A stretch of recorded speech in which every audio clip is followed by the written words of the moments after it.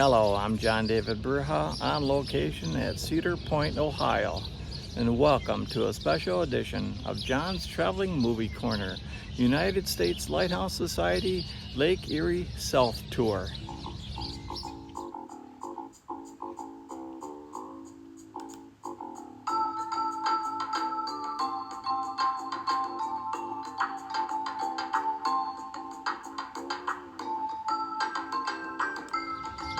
Hello, and welcome to a new day.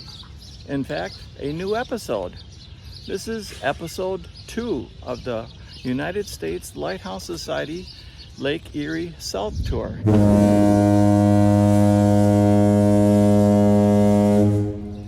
And like the previous 2 days, we started our first lighthouse at a unique location. And this one is no different. Cedar Point Lighthouse is located at the back end of Cedar Point Amusement Park. That's right, but it didn't start there. In fact, the first lighthouse appeared in Cedar Point, marking the eastern entrance to Sandusky Bay in 1839. In 1909, the light tower was removed, and in 1975, it was discontinued. In 1987, Cedar Point Amusement Park acquired the lighthouse and relocated it to this spot. And when you walk out onto the pier in the distance, you can see the 1 channel marker and the 3 range lights.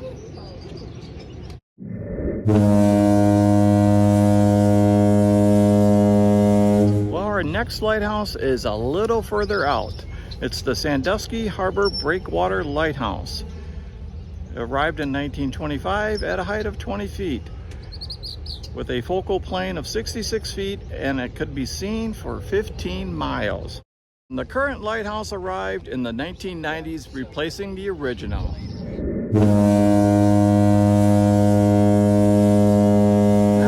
Bonus light. Lyman Harbor Full Light. It's not a real lighthouse, but it still counts. It's located at the end of the dock at Compass Point, overlooking Sandusky Bay. But before we left Cedar Point, we saw the Sandusky Bay Exit Channel Range Rear Lighthouse. Well, behind me is the original keeper's house of Marblehead, built in 1822 of native limestone.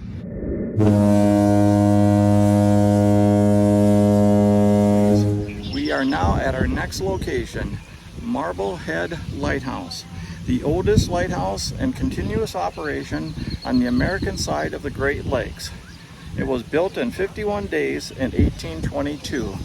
It only cost $7,200 to build the 50-foot lighthouse. The limestone lighthouse was automated in 1958.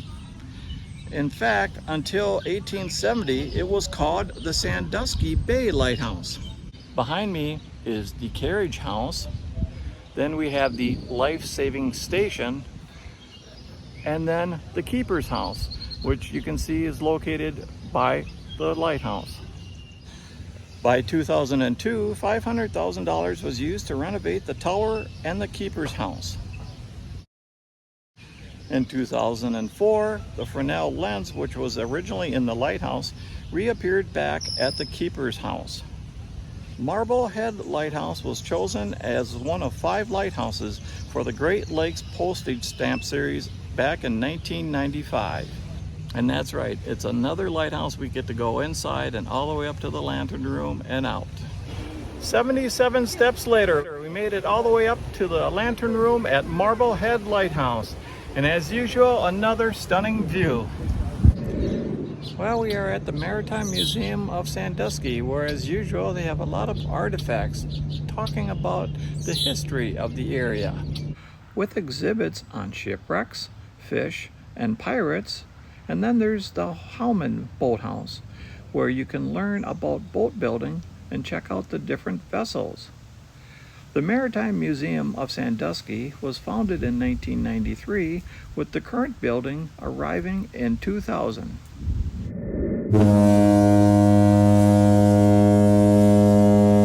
Well, we end the day at Huron Harbor Lighthouse on the west pier of Huron Harbor. First arrived in 1835 at a height of 72 feet. was gone after a storm in 1854. 3 years later, a new light was built of iron. And another new light arrived in 1936. It was automated in 1972, still in use today, and it has a focal plane of 80 feet with a radius of 12 miles.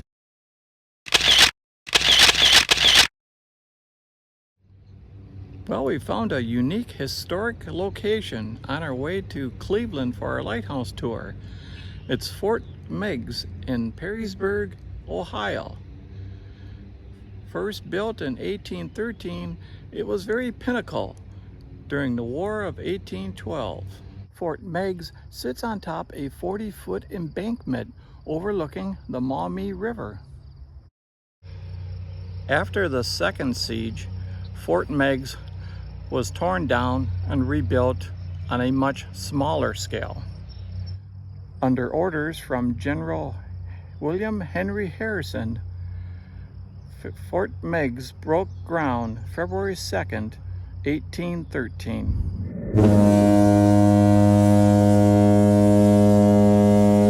Well, we start another day with another unique lighthouse. It's a full lighthouse, Brant Lighthouse.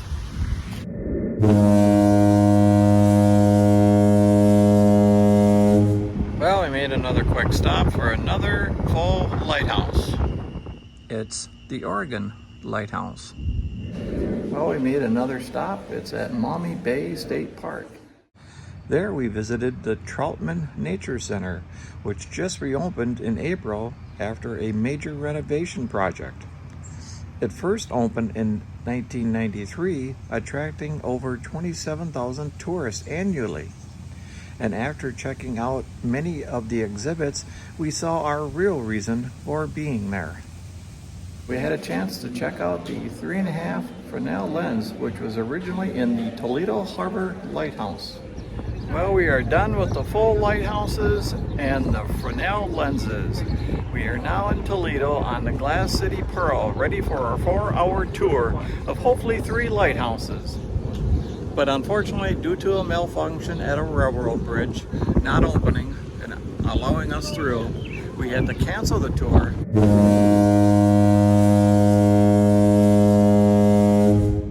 Well, we had a little detour and a little interruption of our schedule, but we made it to our next 2 lighthouses, the Manhattan Front and Rear Range Lighthouse. Both lighthouses arrived in 1895, with the current one behind me in 1918. They are at a height of 20 feet. They were built as a pair, but were spaced a distance apart. Lights from the Maumee Inner Range were transferred to these lights.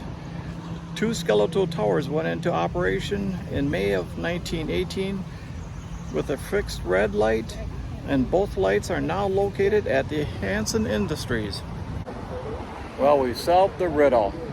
This is the Manhattan Rear Range Lighthouse, which was 80 feet in height, but it was cut down when it was placed here. So that one means the one that we just came from was the Manhattan Front Range Light.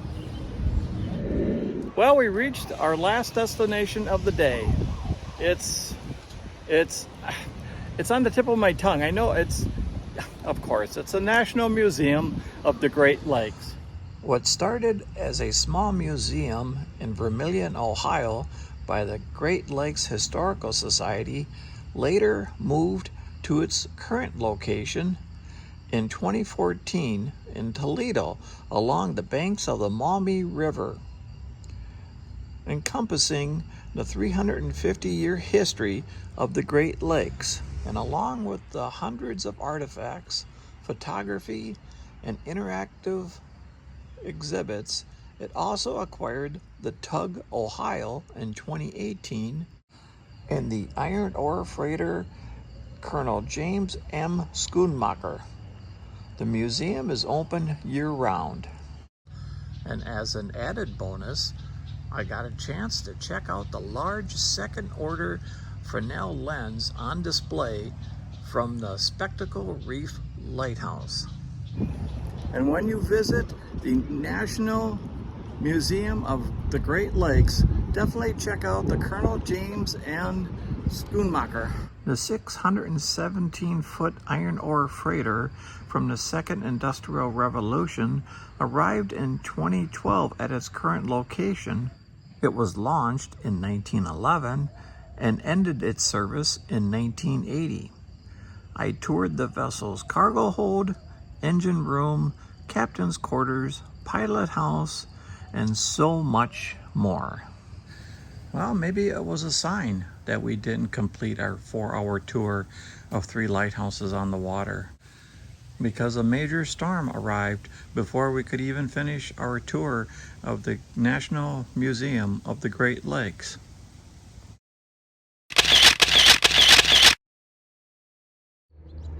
That's right, we found another destination to go to, the USS Cod submarine in downtown Cleveland. At a length of 312 feet, the USS Cod was commissioned June 21st, 1943, decommissioned June 21st, 1954, and arrived at the Cleveland, Ohio North Coast Harbor, where it became a memorial and a museum in 1976. Well, we are now inside the USS Cod submarine. We started at the beginning of the submarine in the torpedo room, and we've gone through many different passages, the control room, the after battery compartment, the maneuvering room, and of course, a good spot to stop would be the mess hall. Well, we started our tour in the USS Cod submarine in the torpedo room. We ended in the torpedo room, the after torpedo room. Next stop, up on deck.